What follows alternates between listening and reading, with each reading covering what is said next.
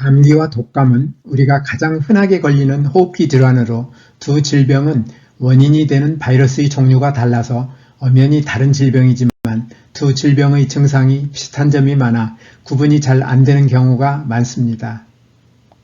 우리나라에서 감기로 진료를 받은 환자 수를 보면 2019년 1880만 명에서 2021년에는 1003만 명으로 줄었다가 2023년에는 1922만 명으로 증가하였는데 진료를 받지 않는 사람을 포함하면 얼마나 많은 사람들이 감기에 걸리는지 놀랍습니다.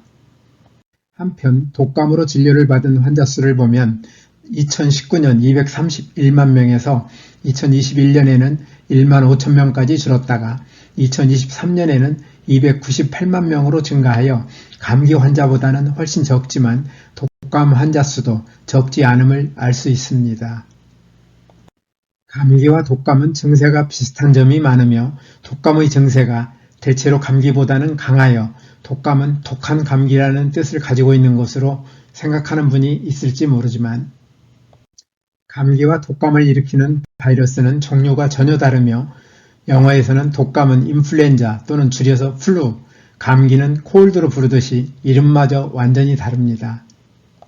감기와 독감을 일으키는 바이러스의 종류가 다른 것은 알겠지만 그것이 그렇게 중요하냐고 묻는 분이 있을지 모르겠는데 감기와 독감을 대응하는 측면에서 보면 공통점도 많지만 다른 점도 많으므로 그 차이를 이해하는 것은 중요하다고 말할 수 있습니다.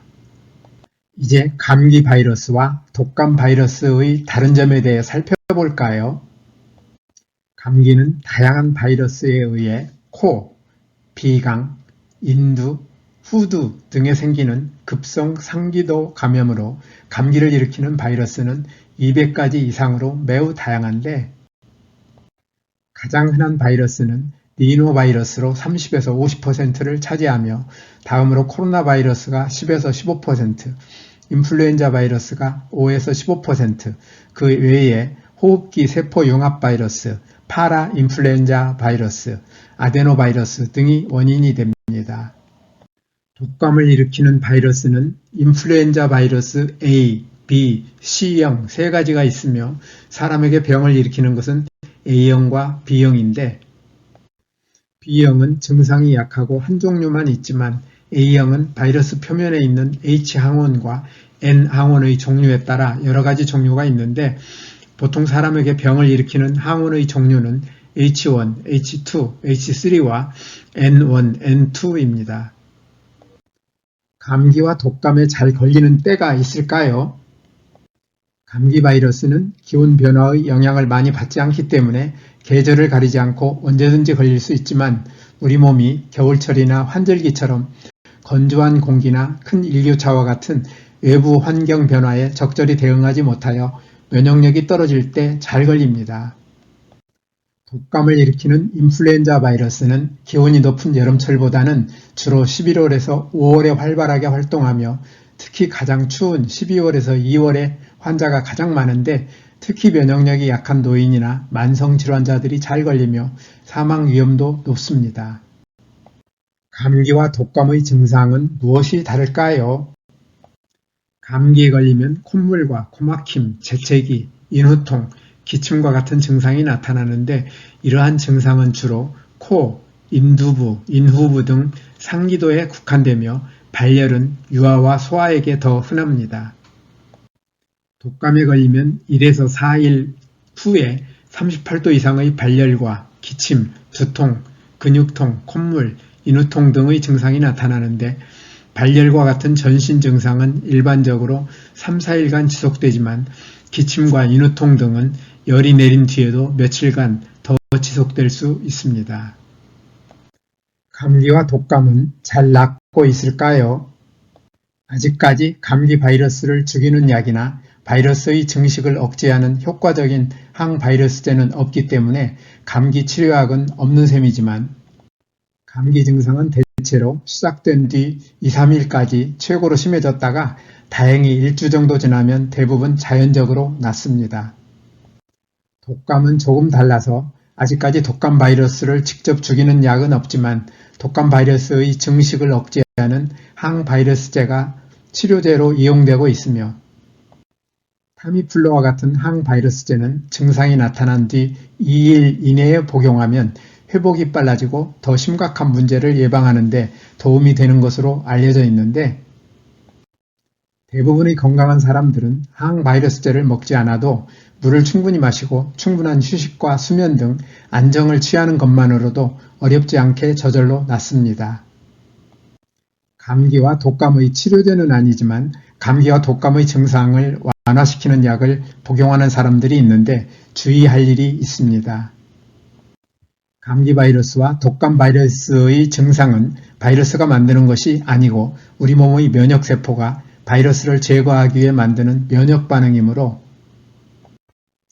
콧물이나 기침, 재채기를 멈추게 하는 약이나 해열제와 같이 감기나 독감의 증상을 완화시키는 약들은 감기나 독감의 증상을 완화시키는 장점은 있지만 감기나 독감을 낫게 하는 직접적인 효과는 없으며 오히려 면역세포들의 활동을 방해하는 측면이 있음을 주의할 필요가 있습니다. 감기와 독감을 예방할 수는 없을까요? 감기와 독감을 이기는 가장 좋은 방법은 예방을 하는 것이고 예방에 실패하여 감기나 독감에 걸리면 고생을 많이 하지 않고 쉽게 낫는 것일 것입니다. 감기와 독감을 예방하는 방법에는 감염을 차단하는 방법과 면역력을 높이는 두 가지 방법이 있는데 먼저 감염을 차단하는 방법은 철저한 위생관리로 어느 정도 줄이는 것은 가능하지만 모든 감기 바이러스와 독감 바이러스를 완전히 차단하기는 현실적으로 매우 어렵기 때문에 다른 방법도 함께 사용할 필요가 있습니다. 다음으로 면역력을 높이는 방법인데 면역력을 높인다는 것은 무슨 뜻일까요? 우리 몸에는 외부에서 바이러스를 포함한 병원체가 우리 몸 안에 들어오는 것을 방어하는 여러 겹의 방패들, 곧 면역계가 준비되어 있습니다.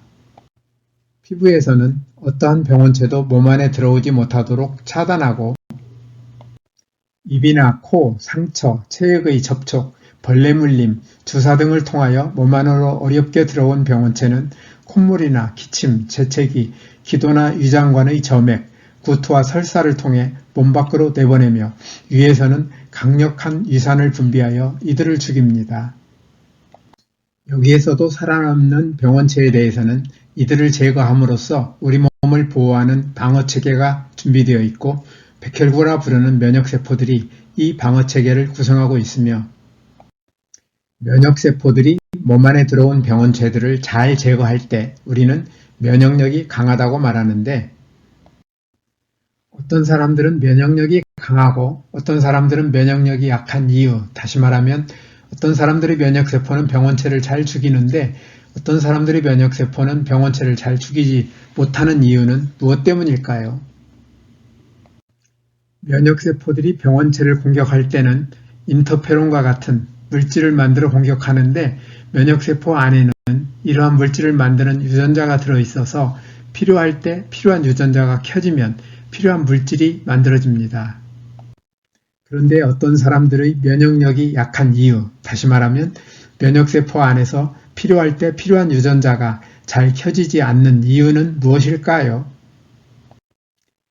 면역세포 안에서 필요할 때 필요한 유전자가 잘 켜지지 않는 이유는 두 가지가 있으며 하나는 유전자가 손상되는 것이고 다른 하나는 유전자의 스위치가 잘 켜지지 않기 때문인데 왜 이런 일이 생기는지를 이해하기 위해서는 면역세포의 유전자를 구성하고 있는 DNA의 손상과 복구와 관련하여 주목할 일이 있습니다.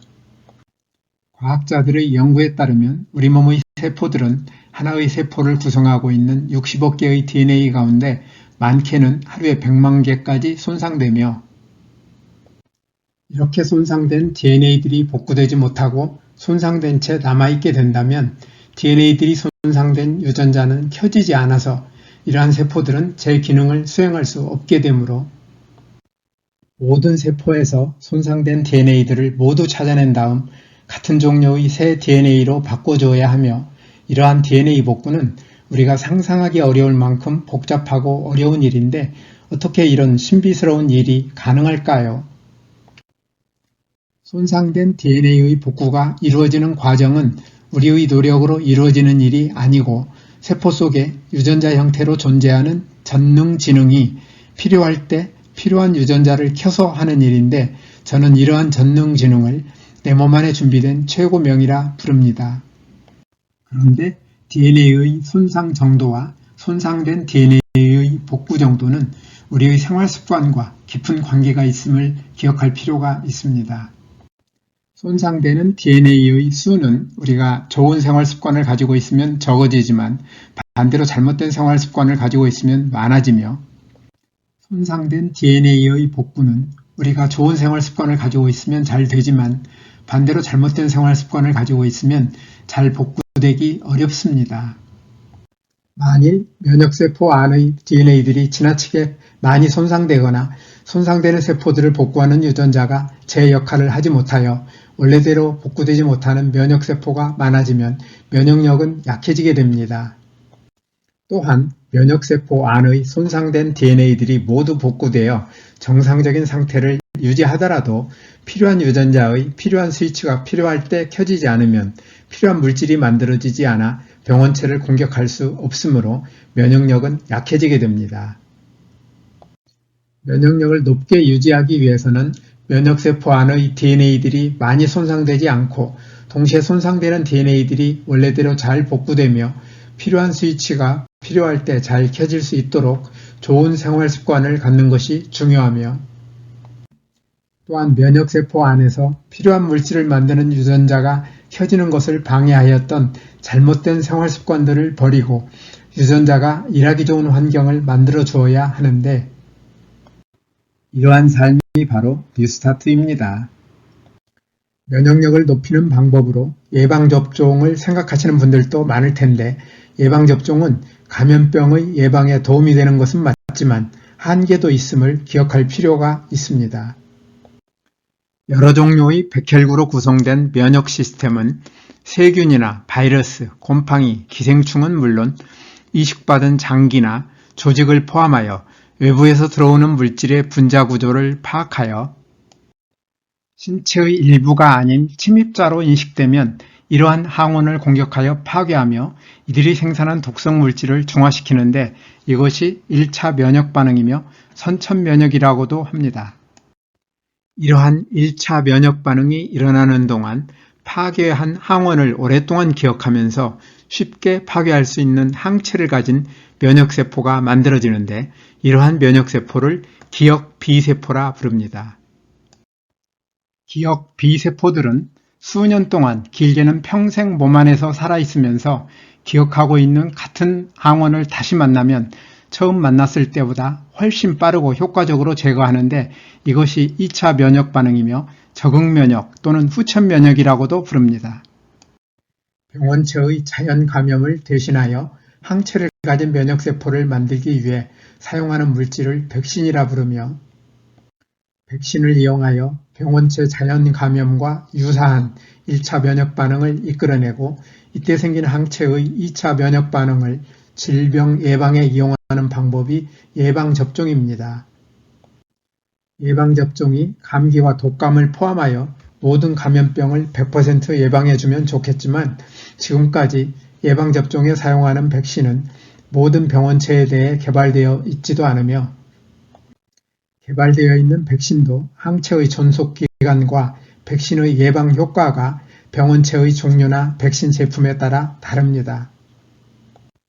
감기의 경우 감기를 일으키는 바이러스는 200가지 이상으로 매우 다양해 각각에 대한 예방 백신을 만들 수가 없어 감기 백신이 개발되어 있지 않으며 독감의 백신은 개발되어 있으나 독감의 예방 효과는 100%에 크게 미치지 못합니다.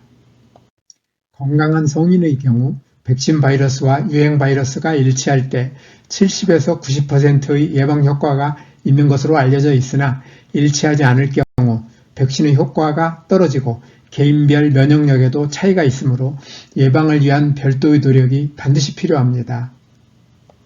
미국의 질병통제예방센터에 따르면 최근 미국 독감 백신의 독감 예방 효과는 30에서 50%를 보여주고 있습니다. 앞에서 감기와 독감이 어떻게 다른지 살펴보았는데요. 감기와 독감을 이기는 최선의 전략은 무엇일까요? 감기 바이러스와 독감 바이러스를 포함한 어떤 병원체가 우리 몸 안에 들어오더라도 면역세포에는 이들을 찾아내 제거할 수 있는 완벽한 시스템이 만들어져 있어 이 고마운 시스템이 정상적으로 작동하는 한 어떠한 병원체의 침입도 두려워할 필요가 없습니다. 따라서 우리가 모든 감염병으로부터 우리 몸을 안전하게 지키기 위해서는 면역세포가 가지고 있는 놀라운 능력을 최상의 상태로 발휘할 수 있도록 좋은 환경을 만들어 주어야 하는데 이러한 삶이 바로 뉴스타트 생활화입니다. 만일 우리의 면역력이 일시적으로 매우 약한 상태라서 독감에 걸리는 것이 두려워 예방접종을 받는 경우라면 독감의 예방접종이 독감을 예방해주는 효과는 30에서 70% 정도인 점을 기억하고 장기적으로 내 몸의 면역력을 높일 수 있도록 면역세포가 신바람나게 일할 수 있는 좋은 환경을 만들어주는 생활습관, 곧 뉴스타트를 생활화할 필요가 있습니다. 뉴스타트 생활을 통하여 내 몸 안의 최고 명의가 신바람나게 일할 수 있는 좋은 환경을 만들어주면 면역력이 강해져 감기나 독감은 물론 어떤 감염병도 예방되고 치유될 것입니다. 뉴스타트 생활에서 특히 생명식에 있어서는 과일과 채소, 곡식을 포함한 식물성 음식을 골고루 통째로 충분히 먹는 것과 아울러 과잉 섭취할 경우 많은 문제를 일으키는 설탕을 포함하여 가공이나 정제된 나쁜 탄수화물, 포화지방과 트랜스지방, 소금과 알코올 섭취를 줄이는 것이 중요합니다. 이와 함께 소화기관 세포들의 DNA를 손상시키고 손상된 DNA의 복구를 방해하는 나쁜 식습관인 편식이나 과식, 간식, 폭식, 야식을 하지 않는 것도 중요합니다. 또한 뉴스타트의 나머지 항목인 운동, 물, 햇빛, 절제, 공기, 휴식, 신뢰와 사랑을 잘 실천하되 규칙적으로 적절히 운동하는 습관을 가지며 물은 식사 시간과 분리하여 충분히 마시고 햇빛은 자외선이 강하지 않은 시간을 이용하여 하루 10분 정도 꾸준히 쬐도록 하며 공기는 가급적 산소의 농도가 높으며 오염되지 않은 맑은 공기로 깊이 들이마시도록 하고 특히 담배 연기나 미세먼지에 주의하여야 합니다. 아울러 손상된 몸과 마음이 잘 회복될 수 있도록 충분히 휴식하고 충분한 잠을 자도록 하며 스트레스를 적절히 해소하는 것도 중요합니다. 오늘도 끝까지 영상을 시청해 주셔서 대단히 감사합니다. 뉴스타트 생활을 통하여 늘 건강하시기를 기대하며 다음에 더 좋은 영상으로 찾아뵙겠습니다. 여러분의 소중한 의견을 남겨주세요. 구독과 좋아요 부탁드립니다.